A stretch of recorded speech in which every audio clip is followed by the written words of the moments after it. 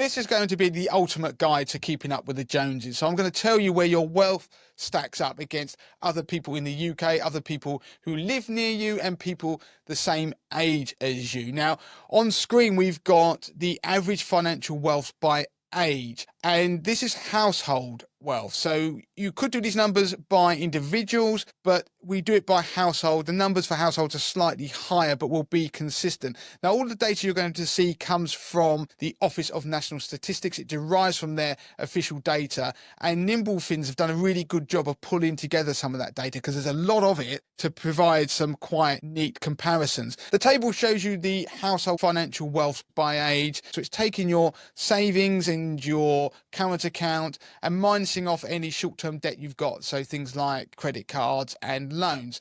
So it's a very simple number to start with. We can all work that out. For 16 to 24-year-olds, the average net financial wealth is £3,700. For 25 to 34-year-olds, it goes up to nearly £19,000. 35 to 44-year-olds, it's just over £43,000. For 45 to 54-year-olds, it's £51,500. And then it jumps. So when you get to 55 to 64-year-olds, they typically have a net financial wealth of £94,300. 65 to 74-year-olds, it then gets up to £117,000. For those aged over 75, then that number for net financial wealth is around £100,000. Now, if you look across all households, the average is £70,900. That seems quite high, but it's because it's skewed by two things, which are the older people in the survey who have more money, so they might have more cash, but also what I keep calling the fat cat factor. So the wealth this is an average. So it takes a whole population. When you calculate the average across the board, the people who are incredibly wealthy, we're going to see shortly how concentrated wealth is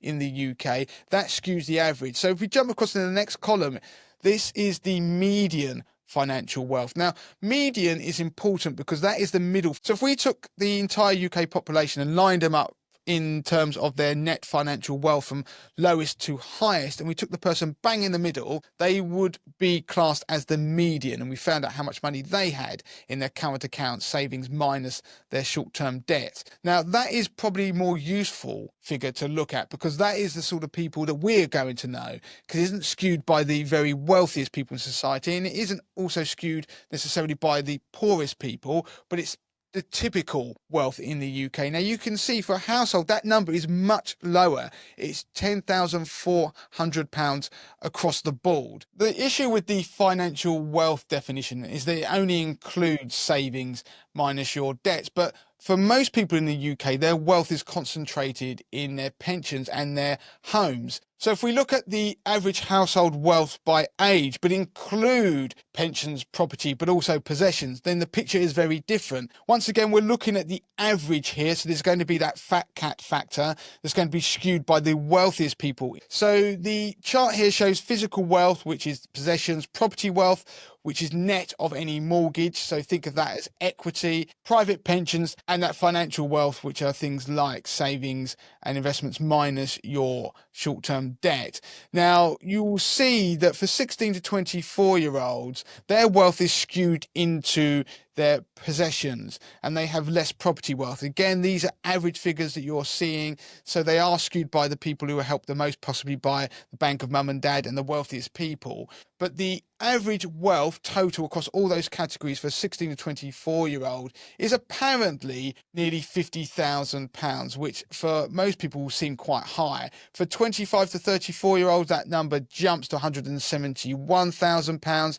Then as we go up the age band, so 34 to 44-year-olds, it goes up by just over £100,000 to £322,000. Then we go up by another £150,000 to £483,000 for 45 to 54-year-olds. And then when you get to 55 to 64, we get a big jump to £730,000 as the total wealth. Where it stays, that is really the peak until people get to age 75, when it starts to drop away, presumably as they decumulate their pensions and maybe gift money away and downsize as well their property. So that total value at that age, over 75, drops to £540,000.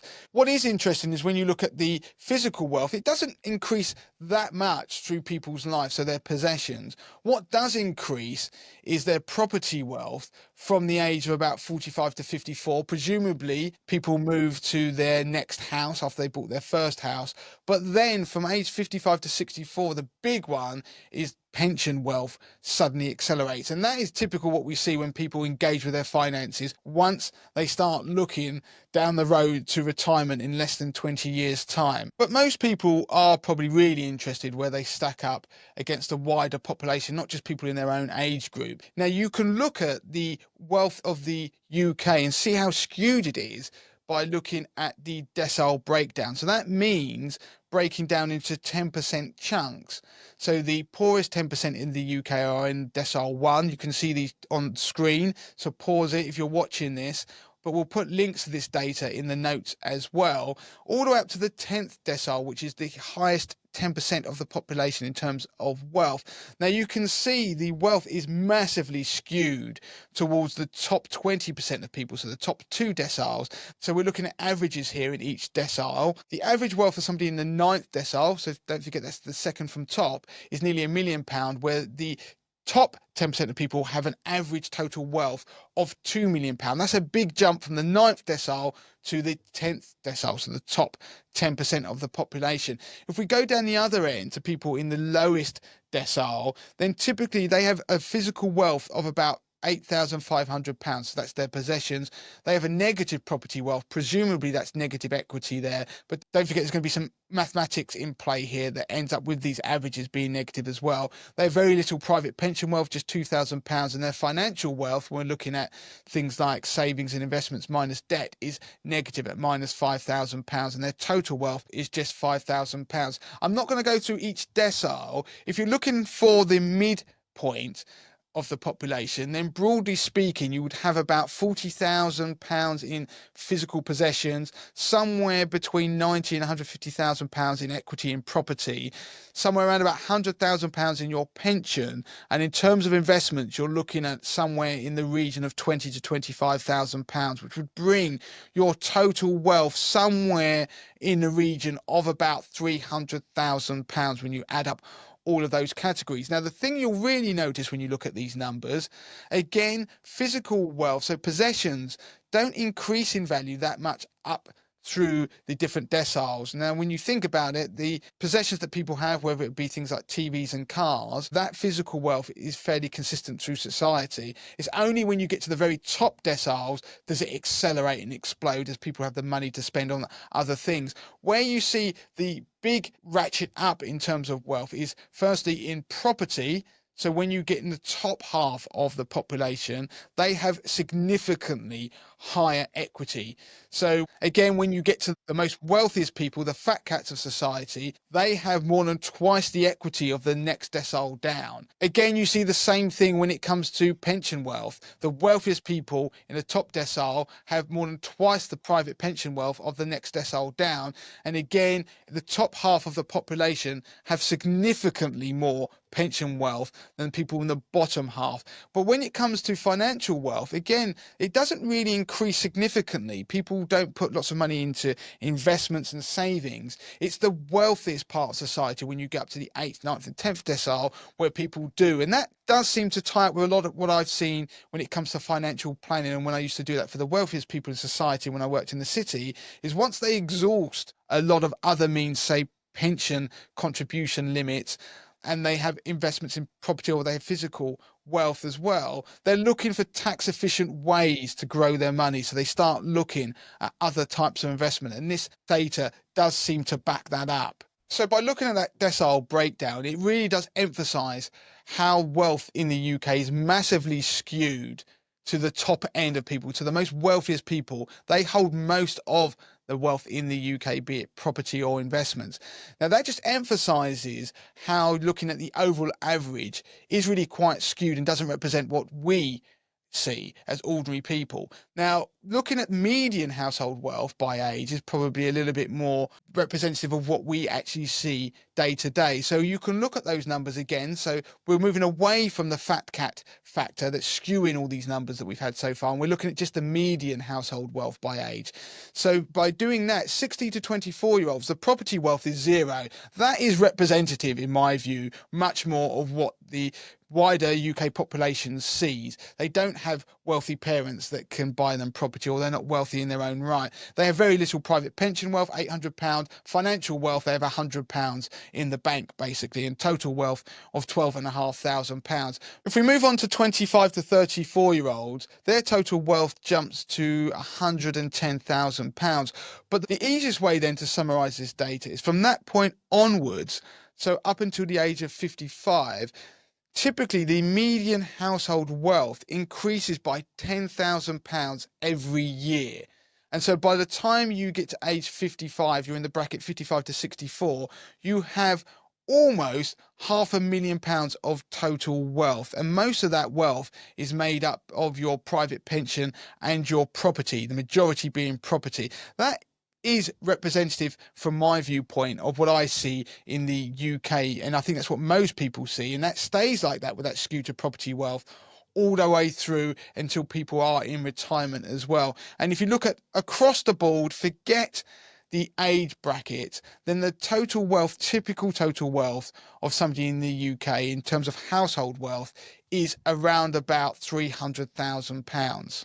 It's not just age that influences the average household median wealth, it's also where you live as well. So if you look at different regions, for example, we've got Scotland that has a median household wealth of £239,500. And as you move down into the northeast, the figure actually drops to nearly £180,000. But as we move further south, as you'd expect, we start to see the figure pick up in the East Midlands.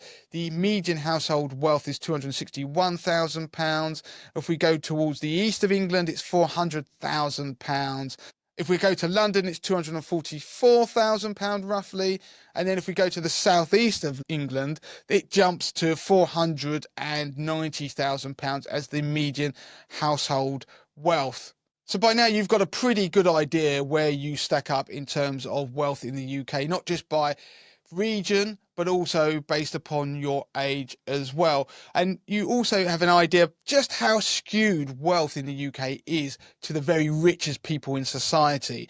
But how about the amount of money that people are saving? Where do you stack up in terms of the amount you put into savings? So in terms of building wealth. Now you can see here that the median amount of money that's being put a month by a typical household into savings is £180. If you want that fat cat factor to skew the numbers, then that goes up to £450. So if you're putting in more than £180 a month, then you are doing better than half of the UK population. It's worth pointing out that those numbers are saving into savings and investments, not pension contributions. But of course, whether an amount of money you're putting in a month is good or bad does depend on how much you earn. So there is a breakdown here on the median savings rate. So this is the percentage of net income that people are putting into savings, not pensions, broken down by age. Now you'll see that 0 to 34-year-olds is actually a negative number. Don't forget this is the median number, so this is the middle person. If we line them up from the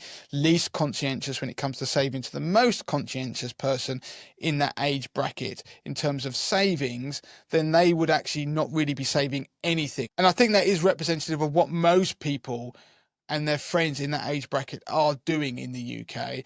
For people aged 35 to 44, then the median savings rate jumps to 9.1%. And broadly, when you look all the way down the different age brackets, it's fairly consistent. It's between 9 to 11% is the median savings rate. And across the whole population, again, it's going to be slightly impacted by the younger people not saving. It's about 8.8%.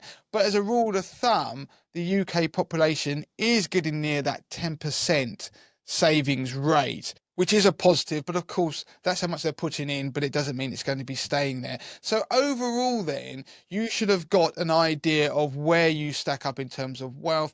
For some people, this would have been reassuring in terms of what they're doing versus the rest of the UK population, perhaps people who live in their region or by age. For others, it might be a bit of a wake-up call that they might want to start looking at their finances and start to look about how much they're putting into their investments and pensions. But also, I think it's a good reminder not to leave looking at your pensions and investments until you're older, which is what people typically do in the UK. Don't forget, this data is based upon averages, which are skewed by the fat cat factor that I mentioned. It does highlight just how much of the wealth in the UK is concentrated to a very small percentage of the population. The median numbers do iron some of that out and make it a little bit more representative.